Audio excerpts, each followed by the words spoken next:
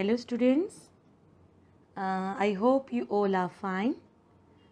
Today I, Sejal Jubanputra, going to teach the exercise of chapter number 3, that is singular and plural. In my previous lecture, you have learned the rules of singular and plural. In that, you have learned so many rules. Am I right or not? So please, it's a request. Please watch it 2-3 times so it will be easier for you to solve this exercise, because without rules you cannot understand the exercise properly. So please watch that video of animation and my explanation part 2-3 times, okay? Then it will be easier for you. So today we are going to solve the exercise of singular and plural, and in that video we have learned that singular means one, okay, and plural means more than one. So here we will once again learn singular and plural. So let's check your memory.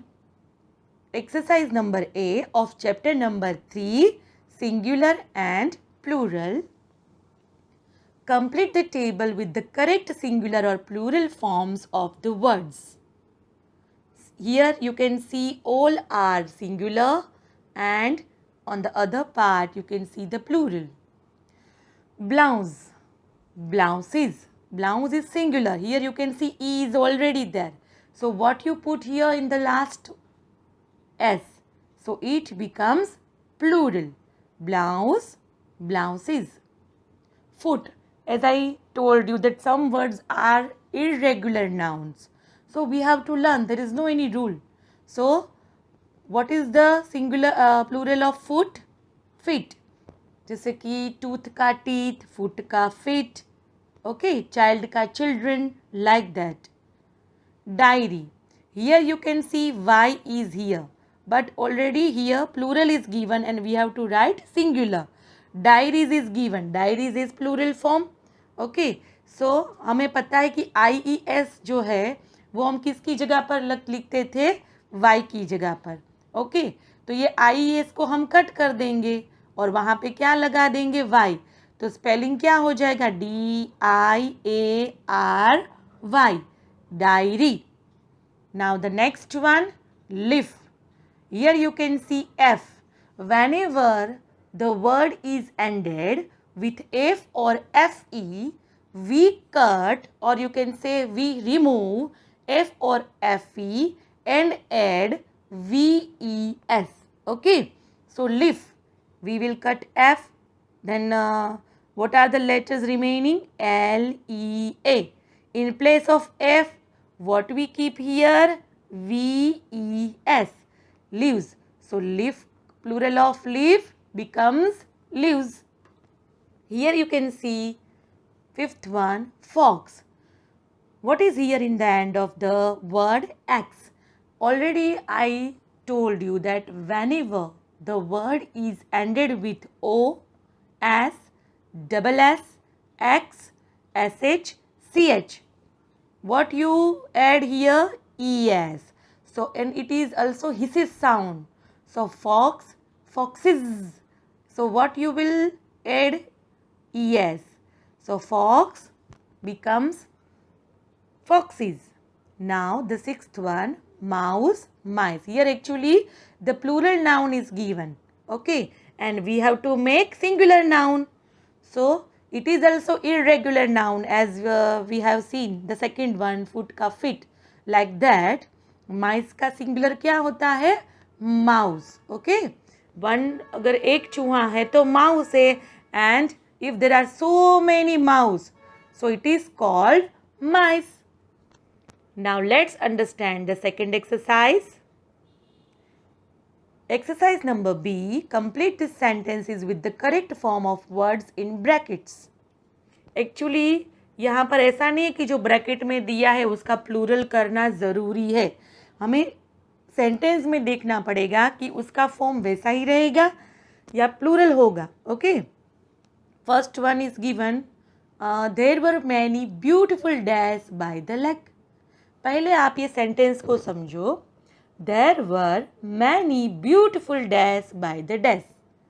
यानी कि इसको क्या इसमें क्या का उसका जो कहने का जो मीनिंग है क्या है कि भाई लेक माने तालाब, तालाब के किनारे बहुत सारे ब्यूटीफुल हाउस है यानी ब्यूटीफुल मकान है।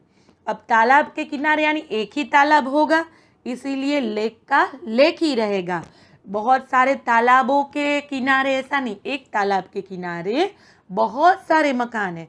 तो बहुत सारे माने यहाँ पर भी आप देख सकते हो मैनी, मैनी से भी पता चलता है कि भाई वो प्लूरल है। वर वो भी प्लूरल है। तो हाउस का जो प्लूरल फॉर्म है that is called houses. There were many beautiful houses by the lake, यानी कि नदी के किनारे बहुत सारे ब्यूटीफुल मकान थे। तो यहाँ पर हाउस का प्लूरल होगा हाउसेस और लेक का एज इट इज रहेगा। Now the second one, the two dash helped a dash to stitch the shoes. अब यहाँ पर एल्फ दिया है और शू मेकर दिया है। अब देखो यहाँ पर टू लिखा है। Okay, two means what, more than one, right? So it is plural. So elf में पीछे क्या है? एफ है। समझ में आ रहा है? एल्फ में पीछे क्या है? एफ है। सो अब क्या करोगे? सोचो सोचो, चलो एफ को कट करके आप क्या लगाओगे इधर? V E S. So what is the plural noun of elf? elves. The two elves helped a. अब देखो यहाँ पर अ लिखा है। अ मीन्स मैंने आपको पहले भी बोला था whenever we use a or an it means only one, it is singular. so shoemaker का shoemaker। और अगर आपको याद हो तो this is the story of the elves and the shoemaker. Okay, now third sentence, There are many days in Scotland. Castle. अब देखो यहाँ पे आर, उससे भी पता चल जाए। अगर यहाँ पर इज होता तो हमें पता चलता कि ये सिंगुलर है, बट आर है और मैनी, ये दोनों वर्ड हमें क्या बताते हैं कि this sentence is in a plural form, यानी कि there are many castles in Scotland. Understand? Now next one, He sells days in the market. अब मार्केट में जब कोई वेजिटेबल्स बेचता है, ओके, जैसे देखो मेरे मुंह से वेजिटेबल्स ही निकला, क्यों?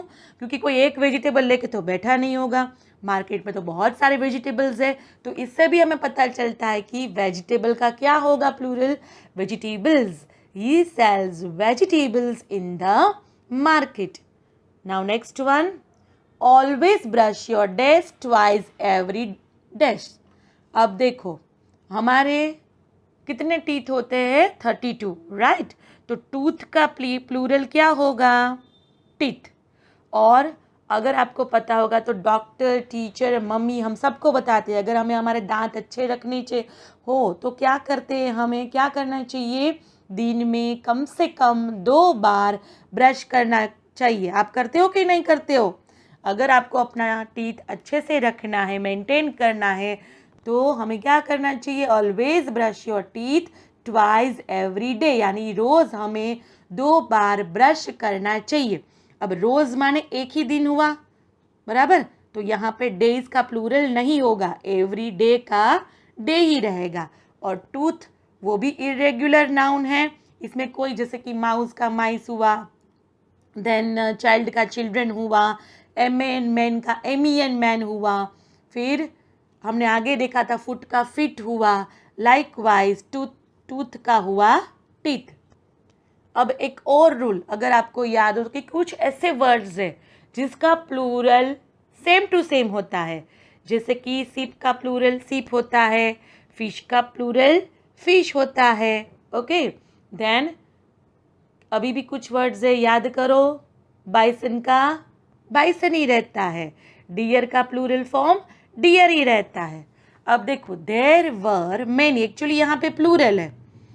इन दैट डैश, फिश का यहाँ पर फिशेज नहीं होगा, क्योंकि हमने एक रूल में समझा है ना, फिश का प्लूरल फिश ही रहता है। और एक्वेरियम तो एक ही होता है, इन दैट एक्वेरियम, यानी वो एक्वेरियम में बहुत सारी फिश है। तो यानी कि एक्वेरियम का एक इन दैट एक्वेरियम ओनली, और फिश का प्लूरल फिश ही रहेगा. Now the next one. Raman bought a few dash of paint and put them in a dash. अब यहाँ पर देखो, a few of dash and put them in a dash. Raman bought a few boxes of paint. अब एक colour, आपको एक colour का एक बॉक्स तो लेके नहीं जाओगे, बहुत सारी बॉटल्स होगी ना. Like that, Raman bought a few boxes of paint and put them in a. Bag तो एक ही होती है, एक ही बैग लेकर आते हो ना स्कूल में. और यहाँ पे भी आपको ए दिखाई देगा. A means what? हाँ, अब समझ में आया ना. A means one. So a bag. Now next one. अगर आपने मेरा मीन्स जो मैंने एनिमेशन ज्वाइंट किया था, आपने अगर अच्छे से देखा होगा तो उसमें बताया है कि पर्सन का प्लूरल पीपल होता है. पर्सन माने एक और पीपल माने बहुत सारे. सो ग्रुप ऑफ पर्सन क्या क्या हो जाएगा? People stood outside the shop. A group of people stood outside the shop. Now the next one. He buys a newspaper every morning. अब यहाँ पर अ लिखा है, ओके. इसीलिए क्या पता चलता है कि कोई भी एक न्यूज़पेपर लेते हैं, बहुत सारे नहीं. इसीलिए न्यूज़पेपर का यहाँ पर न्यूज़पेपर सेम टू सेम आएगा. Now the next one. The days were practising for the annual day programme. हमारे स्कूल में भी एनुअल डे प्रोग्राम होता है कि नहीं? तो एक स्टूडेंट पार्टिसिपेट करता है? नो. और एक ही स्टूडेंट प्रैक्टिस करते हैं? नो. बहुत सारे. हमारे स्कूल की तो ये खासियत है कि ऑलमोस्ट सारे स्टूडेंट्स पार्टिसिपेट करते हैं, राइट. तो यहाँ पर वर आपको दिखाई देता है. वर माने क्या है? वर मीन्स प्लूरल. और देखो बच्चों, मैंने काफ़ी बार देखा है कि काफ़ी बच्चे इसमें मिस्टेक करते हैं प्रोनाउंसिएशन में. स्पेशली मैं आपको एक बात बताऊं, अभी मुझे थोड़ा स्ट्राइक भी हुआ. WHERE, जब आप वेर उसको बोलोगे, आप वेर जब भी आप देखोगे ना तो. बट WERE माने वर, ओके. आप इसको काफ़ी बच्चे वेरी बुलाते हैं, but it's a wrong pronunciation. So please remember it. तो क्या आएगा? The students were practising for the annual day programme. Understand? Now the last exercise of the chapter. Let's understand. Exercise number C. Rewrite this sentence with the correct plural forms of the underlined words. Once again, please read the instructions twice or thrice time and try to understand it. Rewrite this sentence. Rewrite means दूसरी बार लिखना. This sentence is with the correct plural form of the underlined word. हमें दूसरी बार लिखना है और जो bracket में दिया है उसका यूज़ करना है. जैसे कि we saw a giraffe in the zoo. अब ब्रैकेट में क्या दिया है? 3. यहाँ पर अंडरलाइन किस में किया है? अ जिराफ. अ माने एक था, तो यहाँ पर वी सो, फिर हम ये लगा देंगे 3. जिराफ का हो जाएगा जिराफ्स इन द जू. हो गया plural, okay. Like that. We saw a film yesterday. A माने एक. अब यहाँ पर फिल्म की जगह पर हम अ फिल्म की जगह पर क्या कर देंगे? 2 फिल्म्स. बाकी का जो सेंटेंस है वो सेम टू सेम, ओके. हमें सिर्फ अंडरलाइन वर्ड क्या ध्यान देना है? अ फिल्म है, उसकी जगह पर 2 फिल्म नहीं, फिल्म्स, यानी उसका प्लूरल बनाना है. We saw 2 films yesterday. We saw 2 films yesterday. Now the next one. The postman brought a letter today. Okay. अब देखो यहाँ पर अ लेटर लिखा है, तो अ लेटर की जगह पर आप क्या लिखोगे? चलो मुझे बताओ. Very good. ब्रैकेट में क्या दिया है? 5. तो अ निकल जाएगा. 5 लेटर का हो जाएगा letters. The postman brought 5 letters today. Understand? Ajay read a story from the book. अब आप ये बोलोगे कि मैम ने इसको रेड क्यों बोला, जबकि आप तो उसको READ रीड बोलते हो. हुआ ना क्वेश्चन ये माइंड में. So let me explain you my dear children. यहाँ पर एक्चुअली ये पास्ट टेंस में है सारे सेंटेंस, ओके. मोस्ट ऑफ, जैसे कि यहाँ पर भी हमने देखा सो, ब्रॉट. अब रीड का जो पास्ट फॉर्म है तो वो रीड ही होता है, बट उसको बोलने का तरीका क्या हो जाएगा, रेड। इसीलिए अजय रेड अ स्टोरी की जगह पर क्या है, फोर, इधर वाई है, वाई को कट कर देंगे, उसकी जगह पर क्या लगा देंगे, IES। So Ajay read 4 stories, फिर यहाँ पे क्या है, from the book, same to same. Okay, now this next one, a window broke during the storm. बहुत तूफान आया इसलिए विंडो टूट गई। कितनी विंडो टूट गई, 3। और निकाल दो, 3 की जगह पर 3 लगा दो, विंडो का विंडोज, फिर पूरा same to same, 3 windows broke during the storm. Understand? Now the last exercise, last sentence. Ravi plays football with a friend.